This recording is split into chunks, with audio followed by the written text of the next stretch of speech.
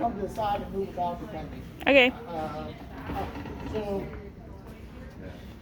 I'll demonstrate on my right leg. Okay, so the first things first is that we want to make sure that the long axis of our foot, which is our second toe, is perpendicular to the edge of the step. Yep. And that our foot's going to want to, when we go into a calf raise, kind of naturally turn out. Mm-hmm. And we're going to do everything we possibly can to get more of a homogeneous pressure through the forefoot, that is through the base of the first and second toe. Ways that we're going to achieve that is that we're going to take our center of mass, which in this case is going to be our belly button, and we're going to move it a little bit more medial to our foot.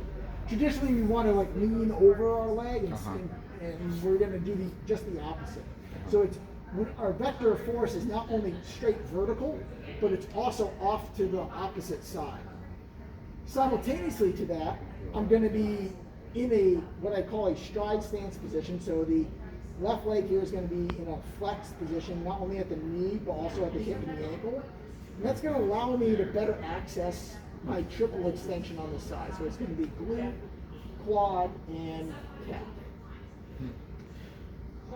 Additionally, what I will say here is that traditionally the toe flexors can contribute up to like 20 to 30% of that tippy toe end range position. And our interest right now is really more at the talocrural joint and on the Achilles and on the calf itself.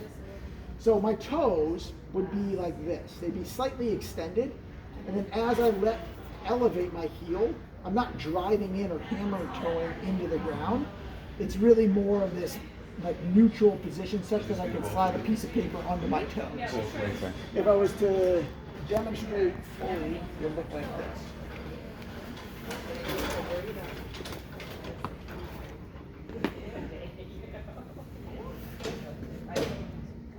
Okay, so I'm dropping down as low as I can off the edge of the step. I'm up, knee locked out, glute locked out, pushing off to my left.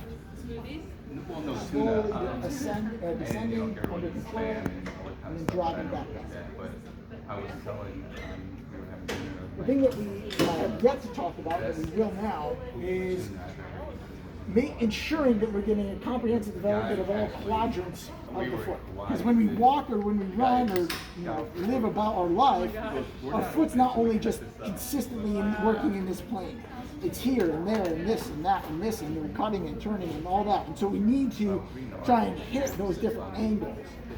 As such, not only are we going to have that perpendicular position off the edge of the step, we're also going to turn out by 30 degrees. And then we're also going to have the funny variation of doing about 30 degrees in.